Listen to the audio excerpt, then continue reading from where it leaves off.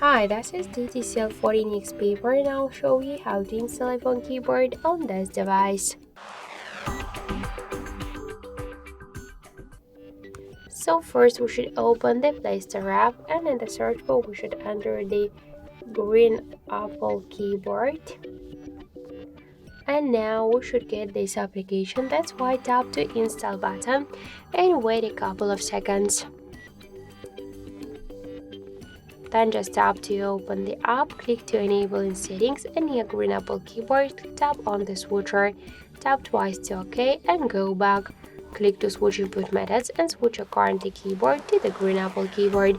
So now the process is finished and let's just check our new keyboard look. So we could see that this keyboard is so close to the iPhone 1 as all of the emojis. So thank you for watching, and if you like this video, leave thumbs up and subscribe.